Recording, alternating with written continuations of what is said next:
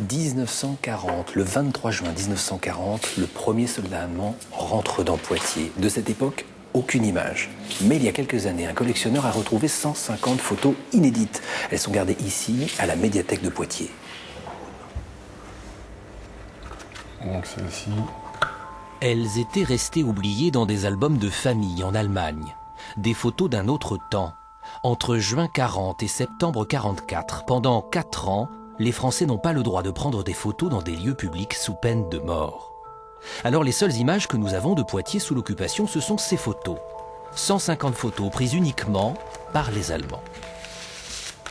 J'ai eu la chance, parce qu'il faut aussi avoir de la chance, de pouvoir récupérer sur Internet, en les achetant pour la plupart, un certain nombre de photos qui ont été authentifiées sur Poitiers et qui sont authentifiées comme ayant été prises par des membres de l'armée d'occupation, soit des soldats, soit des officiers, soit aussi des femmes, des secrétaires qui accompagnaient l'armée, parce que les premières photos, c'était plutôt les secrétaires de l'armée d'occupation qui se faisaient prendre en photo et qui repartaient avec les photos dans leur famille.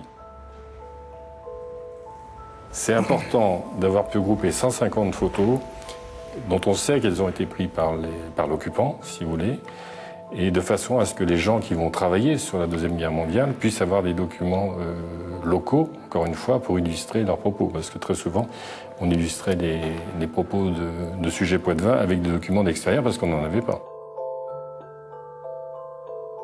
Donc là, des photos aussi dans les endroits de villégiature préférés des poitevins, puisque là, on est chez Joutot, avec le fameux plongeoir, les bains Joutot que tous les poitevins connaissent bien. Donc on voit qu'ils sont tout à fait comme chez eux, mais c'est toujours le problème des occupants.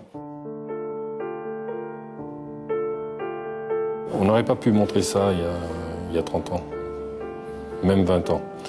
C'est-à-dire que maintenant, on arrive à montrer, à condition de le présenter.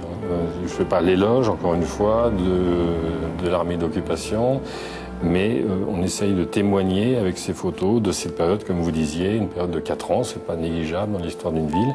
Mais c'est vrai que, par exemple, montrer des Français qui poseraient à côté des Allemands pourrait poser des problèmes avec les descendants. Vous en avez trouvé beaucoup? Il y en a quelques-unes qu'on ne montrera pas là, mais la majorité de celles que j'ai trouvées, ce sont quand même des Allemands qui se photographient entre eux.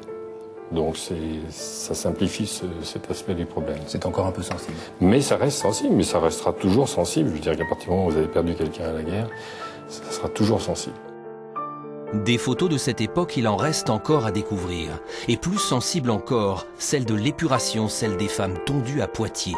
Ces photos existent, des photos prises cette fois par des Français.